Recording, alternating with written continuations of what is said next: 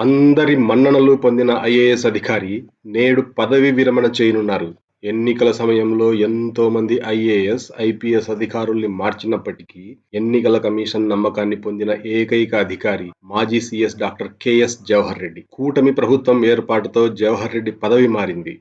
ఆర్థికంగా వెనుకబడిన తరగతుల సంక్షేమ శాఖ ప్రత్యేక ప్రధాన కార్యదర్శి హోదాలో శనివారం జవహర్ రెడ్డి పదవీ విరమణ చేయనున్నారు. కడప జిల్లాలో జన్మించిన జవహర్ రెడ్డి తిరుపతిలో పశువైద్య విద్యను పూర్తి చేశారు. అనంతరం అఖిల భారత సర్వీసుకు ఆయన ఎంపికయ్యారు. వివాదరహితుడిగా గుర్తింపు పొందారు. పొదుపుగా మాట్లాడడం, పనిపై అంకిత భావం జవహర్ రెడ్డి ప్రత్యేకం.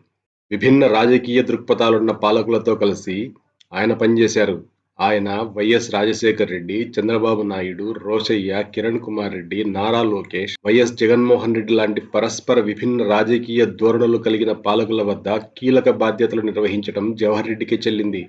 సాధారణంగా అధికార మార్పిడి జరిగిన తర్వాత కొత్తగా ఏర్పడిన ప్రభుత్వం అధికారులను కూడా మార్చుకుంటుంది. కానీ అందుకు జవహర్ రెడ్డి మినహాయింపు. ఎవరు అధికారంలో ఉన్నా జవహర్ రెడ్డిని కీలక స్థానంలో నియమించుకుంటూ వచ్చారు.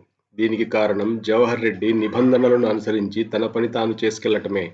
అధికార పార్టీ ప్రాధాన్యతలను తెలుసుకొని నిబంధనలకు లోబడి ఆయన పాలన చేస్తారు. అధికార పార్టీ పెద్దల నమ్మకాన్ని వమ్ము చేయకుండా విధులు నిర్వర్తించారు. ముఖ్యమంత్రి జవహర్ రెడ్డి గురించి అన్న మాటలేంటంటే, జవహర్ రెడ్డి ఫైల్ చూస్తే చదవకుండా సంతకం చేయవచ్చు అని ఆయన పనితీరుని మెచ్చుకున్నారు. ఆయన్ని ఎందుకు ఛాయిస్గా ఎంచుకుంటారో ఈ చిన్న ఎగ్జాంపుల్ సరిపోతుంది. కరోనా సమయంలో జవహర్ రెడ్డి అందరి ప్రశంసలు అందుకున్నారు. కరోనా సమయంలో జవహర్ రెడ్డి తన బాధ్యతలను సక్రమంగా నిర్వహించి అందరి ప్రశంసలు అందుకున్నారు. కరోనా సమయంలో జగన్ పాలనకు దేశవ్యాప్తంగా ప్రశంసలు దక్కాయి.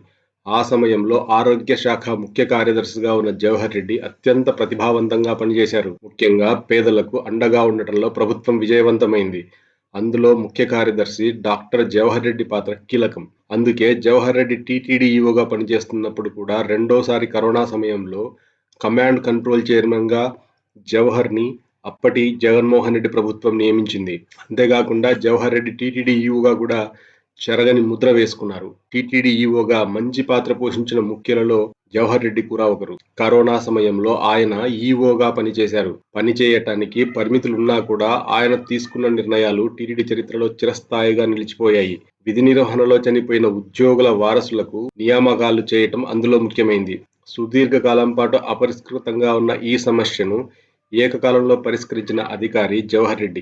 చిన్న పిల్లలు, ప్రధానంగా పేద పిల్లల గుండె సంబంధిత సమస్యలతో ప్రాణాలు పోయే పరిస్థితులను దృష్టిలో పెట్టుకుని పద్మావతి హృదయాలయాలను స్థాపించారు. కొన్ని వందల మంది చిన్నారులకు నేడు ప్రాణం పోస్తుంది పద్మావతి హృదయాలయం. అంజనాద్రిలో ఆంజనేయుని జన్మస్థలం, ఆలయ నిర్మాణం, శ్రీవారికి సమర్పించే అలంకరణలు వృధాగా పోకుండా తిరిగి భక్తులు పూజకు ఉపయోగించే వస్తువులుగా మార్చిన తీరు జవహర్ రెడ్డి పనితనానికి నిదర్శనం. అయితే ఎన్నికల సమయంలో సాధారణంగా అందరు అధికారులు విమర్శలకు లోనవుతారు. అందుకు జవహర్ రెడ్డి కూడా మినహాయింపేం కాదు. జవహర్ రెడ్డి తన సర్వీస్లో విమర్శలు ఎదుర్కొన్నది కేవలం 2024 సార్వత్రిక ఎన్నికలలో మాత్రమే. ఎన్నికలలో ప్రతి రాజకీయ పార్టీ నేతలు, అధికారులు తమకు అనుకూలంగా ఉండాలని కోరుకుంటారు.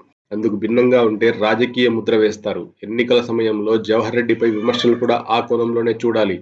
ఎన్నికల కమిషన్, డీజీపీతో సహా అనేక మంది అధికారులపై చర్యలు తీసుకున్నప్పటికీ ఒక్క జవహర్ రెడ్డి విషయంలో ఎందుకు చర్యలు తీసుకోలేదు అంటే ఆయన ఎన్నికల సంఘం నియమాలను తూచా తప్పకుండా పాటించారు కాబట్టి.